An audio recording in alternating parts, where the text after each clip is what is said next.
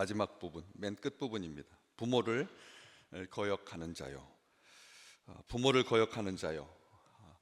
이 시대의 보편적인 특징 아니겠습니까? 뭐 그 전에도 간간이 있었겠지만 시간이 끝나갈수록 이 부모를 거역한다라고 하는 것에 대해서 아주 심각하게 그렇게 우려하는 그런 이 시대가 되었죠. 마지막 시대의 특징이다. 디모데후서 3장에 보면 마지막 시대의 특징으로 자기를 사랑하고 돈을 사랑하고 자랑하고 교만하고 비방하고 그리고 여섯 번째가 부모를 거역하며 딱 그렇게 기록되어 있죠. 그리고 감사하지 아니하고 거룩하지 아니하고 마지막 때의 특징이라고 분명히 바울은 이 디모데에게 편지한 적이 있습니다. 부모를 거역한다라고 하는 말 고리타분해 보이는 표현이잖아요. 고리타분하죠. 당연히 부모를 공경해야 되는데 거역하는 것에 대해서 말한다라고 하는 것이 창피한 거죠, 사실은. 왜냐하면 이 부자 간의 관계, 부모와 자식 간의 관계는 상호 관계이기 때문에 그렇죠. 어느 한편이 잘하고 해서 결정되는 것이 아니라 두 관계가 서로 잘 맞아야 이게 가장 온전한 관계, 가장 주님께서 처음으로 세워주신 그런 가정에 대한 복을 누릴 수가 있게 되는데 선한 부모에게서 선한 자녀가 나는 것은 당연할 텐데 성경에 보면 그렇지 않은 경우도 있어요. 선한 부모였는데 악한 자녀가 사무엘의 자녀들처럼 선한 부모인데 악한 자녀. 사무엘은 정말 존경받는 그런 민족의 스승이었는데 선지자였는데 초대 일대 왕정으로 넘어가기 전까지 왕과 같은 제사장이었죠. 선지자였죠. 그랬는데 그의 자녀들은 정말 몹쓸 그런 자식들이었지 않습니까? 그리고 또 반대로 부모는 악했는데 자녀는 선한 경우가 대표적인 경우가 사울 왕은 악했지만 그의 아들이었던 요나단은 다윗에게 정말 흠모할 만한 친구였죠. 다윗과 요나단은 그래서 우리 가스펠 가수 이름이 다윗과 요나단이라고 하는 그런 이름으로 오랫동안 활동했던 것을 우리가 기억하고 있습니다. 그만큼 그 요나단이라고 하는 아주 걸출한 정말 좋은 믿음의 아들을 보았죠. 그러니까 부모는 악했는데 자녀가 선하고 부모는 선했는데 자녀가 악할 수도 있습니다. 그렇지만 보편적으로 이 부자 부모와 자식 간의 관계는 상호 관계라고 성경은 그렇게 분명히 말합니다. 자녀는 부모를 공경하고 동시에 부모도 자녀를 노엽게 하지 말아야 된다. 성경은 그렇게 말하고 있습니다. 부모는 자식을 노엽게 하지 마라. 화나게 만들면 안 된다. 이렇게 말하면서 분명히 전제 단서를 답니다.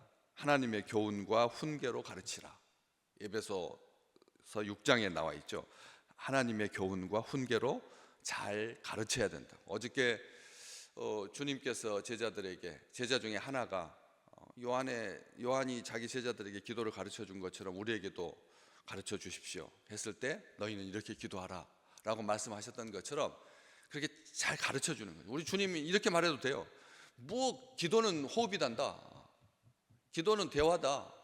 누가 대화하는 법을 배워서 대화를 하더냐?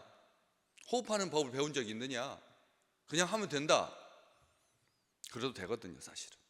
근데 그렇게 하지 않은 거예요. 너희는 이렇게 기도해라 라고 하면서 기도하는 법을, 기도하는 본을 가르쳐 주셨잖아요. 그렇기 때문에 잘 가르쳐야 된다는 거죠. 자녀들에게 잘 가르쳐야 되는데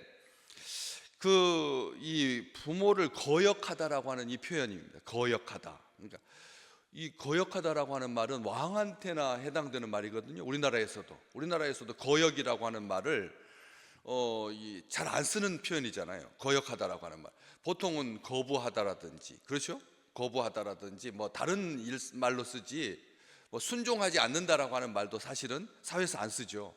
기독교에서나 순종이라고 하는 말을 쓰지. 보통은 부모님을 공경한다라든지 뭐 이런 표현을 쓰지만 부모님한테 불효하다라고 하지 거역한다라고 하는 말을 안 쓰잖아요. 불효라고만 하지 거역한다라고 하는 말 안 쓰는데, 성경에서는 바울은 오늘 로마 교회 성도들한테 거역하는 것, 부모를 거역한다라고 하는 표현을 쓰고 있는데, 이 거역하다라고 하는 말이 다른 그 똑같은 용어는 어떤 식으로 또 다른 성경에서 번역되냐면, 디도서 1장 16절, 3장 3절에 보면 하나님께 복종하지 않을 때 쓰는 표현이거든요. 거역이라고 하는 단어가 하나님을 거역한다라고 할 때 쓰는, 왕을 거역하고 역성혁명을 일으키고 하는 모반, 이럴 때나 쓰는, 사실 부모하고 자식 간의 관계에 있어서 왕과 신하의 관계가 아니잖아요. 하나님과 피조물의 관계가 아니잖아요. 창조주와 피조물의 관계가 아닌데도 이 부모를 거역하며라고 쓴다는 거예요. 하나님께 복종하지 않았을 때 쓰는 단어입니다. 다시 말하면 무슨 뜻인가요? 하나님과 부모는 똑같지는 않지만 그만큼 공경해야 된다는 거죠. 하나님처럼 부모도 공경해야 된다라고 하는 그 말입니다.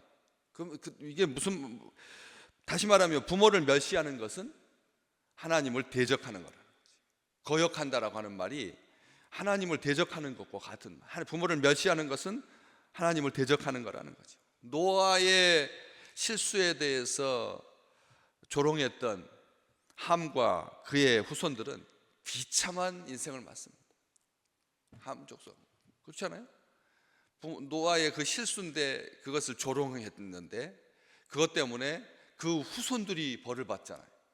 그만큼 하나님은 다른 문제보다 부모를 거역하는 이 부분에 있어서 굉장히 엄하신 분이라는 거죠. 이게 나와 있잖아요. 로마서 맨 그 마지막 32절에 이 같은 일을 행하는 자는 사형에 해당한다고 하나님께서 정하셨다고.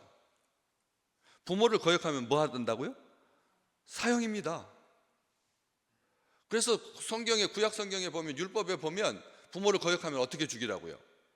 돌로 쳐 죽이라고 그랬습니다. 돌로 쳐 죽이는 겁니다.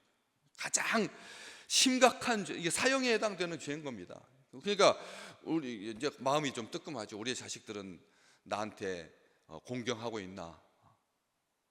이거 말씀대로라면 정말 큰일 날 일인데, 사형에 해당되는 일인데, 잠언에 솔로몬이 기록했습니다. 잠언이 아굴이 기록한 겁니다. 잠언서니까 다 솔로몬인데 30장은 아굴이라고 하는 사람이 기록한 것을 편집해가지고 들어와 있는데, 거기 30장 17절에 보면 아비를 조롱하며 어미에게 순종하기를 싫어하는 자, 아비를 조롱하고 어미에게 순종하기를 싫어하는 자에게 벌이 있습니다. 그 눈이 골짜기의 까마귀에게 쪼이고 독수리 새끼에게 먹힐 거다. 이게 정확하게 나와 있습니다. 뭐를 쪼인다고요? 눈을 쪼인다고요? 눈을 까마귀가 쪼고 독수리 새끼가 먹는 경우가 언제 있죠? 살아있는 사람한테 그러나요? 살아있는 사람인데 까마귀가 와가지고 눈을 쪼고 그 다음에 독수리 새끼가 와서 먹나요? 어떨 때 그렇게 먹게 되죠? 죽을 때 시체를. 딱 그림이 그렸잖아요. 시체에게 일어나는 일입니다. 시체에서 새들이 와가지고 제일 먼저 어디를? 눈을 쪼아먹고, 눈을 뽑아먹고.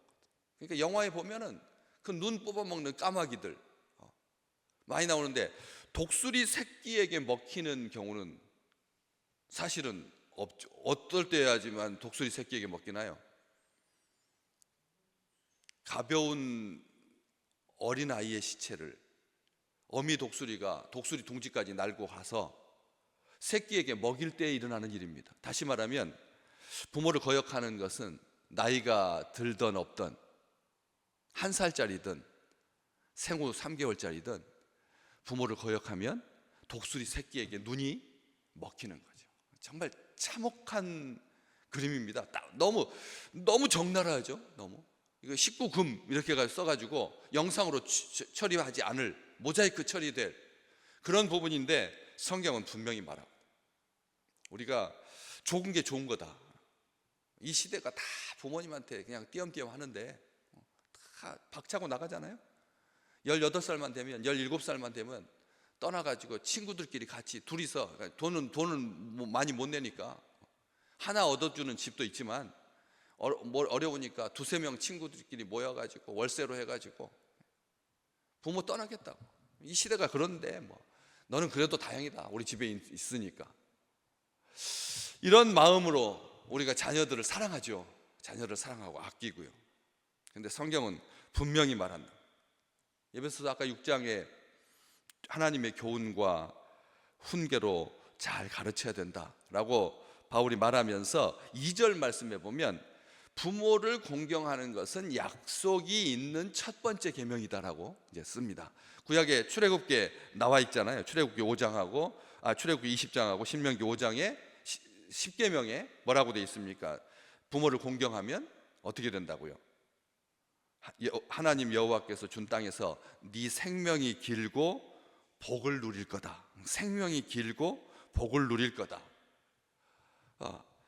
이 에베소서 6장 3절에 네가 잘되고 땅에서 장수할 거다 그랬습니다.